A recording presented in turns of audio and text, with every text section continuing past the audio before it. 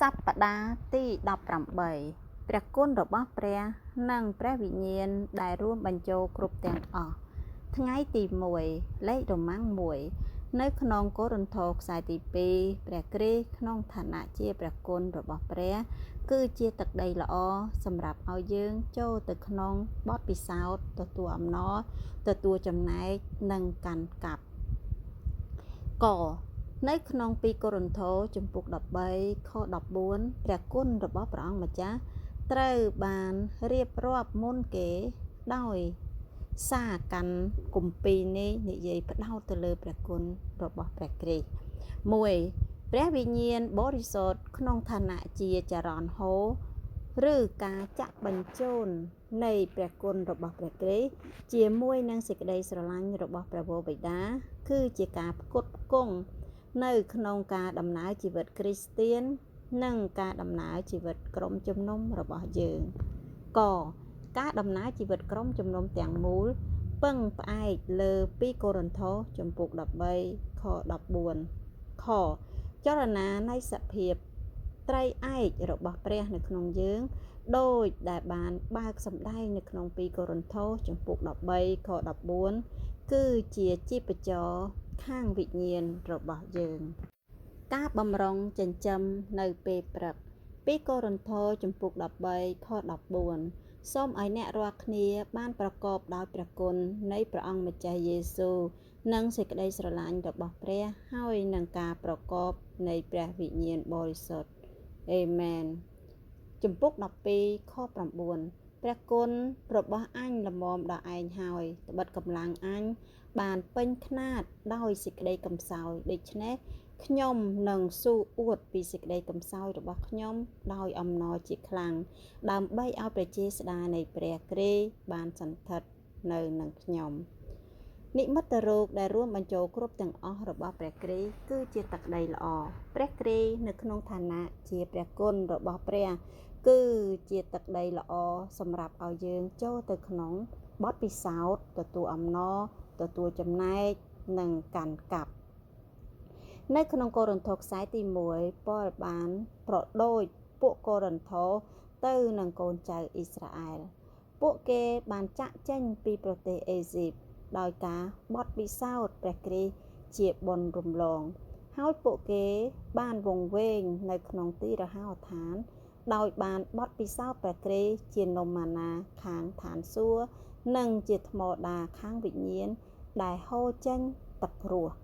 ប៉ុន្តែនៅក្នុងកូរិនថូសខ្សែទី1គ្មានការលើកឡើង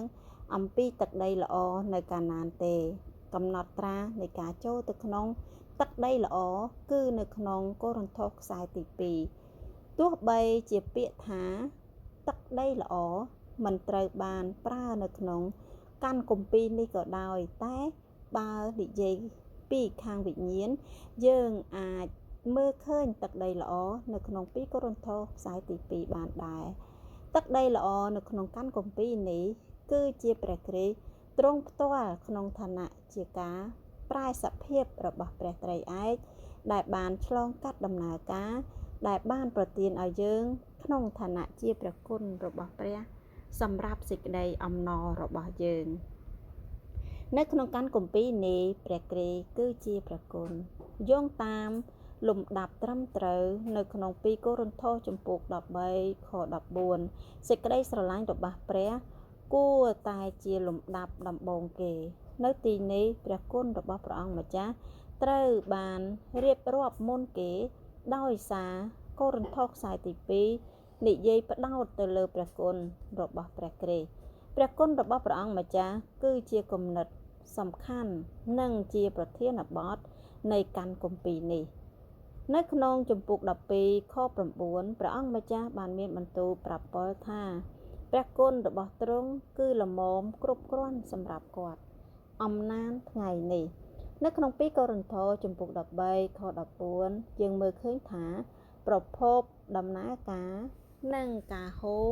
គឺនៅជាមួយនឹងសភាពត្រីឯករបស់ព្រះ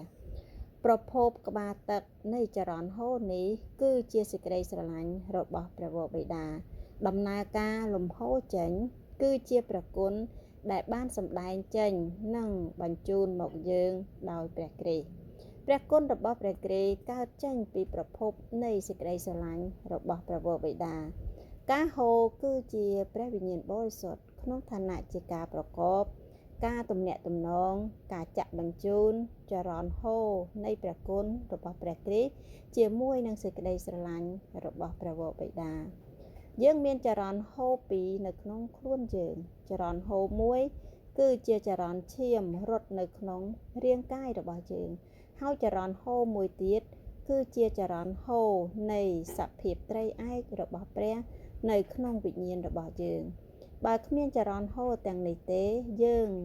នឹងស្លាប់ទាំងខាងរាងកាយនិងខាងវិញ្ញាណ2កូរិនថូសជំពូក13ខ14បានពិពណ៌នាប្រាប់យើងយ៉ាងលម្អិតពីចរន្តហូរខាងវិញ្ញាណដែលនៅខាងក្នុងនេះចរន្តហូរនេះគឺជាការផ្គត់ផ្គង់នៅក្នុងការដំណើរជីវិតគ្រីស្ទាននិងការដំណើរជីវិតក្រុមជំនុំរបស់យើងនេះគឺស្រដៀងនឹងការនិយាយថាចរន្តអគ្គិសនីគឺជាការផ្គត់ផ្គង់ថាមពលដល់ទីក្រុងទាំងមូល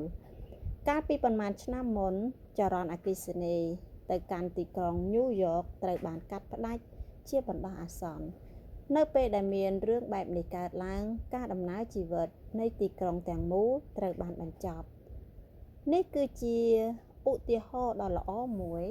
ដែលបង្ហាញពីរឿងរ៉ាវនេះយើងត្រូវតែមើលឃើញថាការដំណើរជីវិតក្រុមជំនុំទាំងមូលពឹងផ្អែកលើ2កូរិនថូសជំពូក13ខ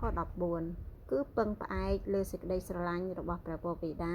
ព្រះគុណរបស់ព្រះរាជបុត្រានិងការប្រកបនៃព្រះវិញ្ញាណដែលហូរដូចជាចរន្តនៅក្នុងវិញ្ញាណរបស់យើងនៅក្នុងពន្ធកិច្ចនៃព្រះបន្ទូលនេះជាច្រើនដងពេលដែលខ្ញុំនិយាយខ្ញុំមានអារម្មណ៍ខាងក្នុងថាចរន្តរបស់ព្រះកំពុងតែហូរតើចរន្តនៅខាងក្នុងខ្លួនខ្ញុំឈប់នោះខ្ញុំគ្មានអ្វីត្រូវនិយាយទេបើយើងបាត់ព្រះវិញ្ញាណ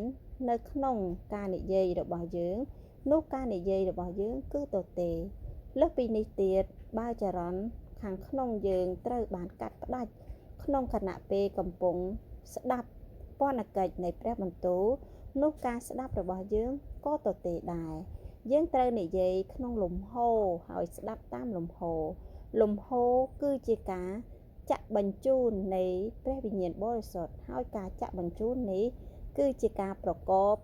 ដែលបញ្ជូនព្រះគុណរបស់ព្រះគ្រីស្ទដ៏ជាព្រះរាជបុត្រាក្នុងឋានៈជាលំហូរចេញពីសេចក្តីស្រឡាញ់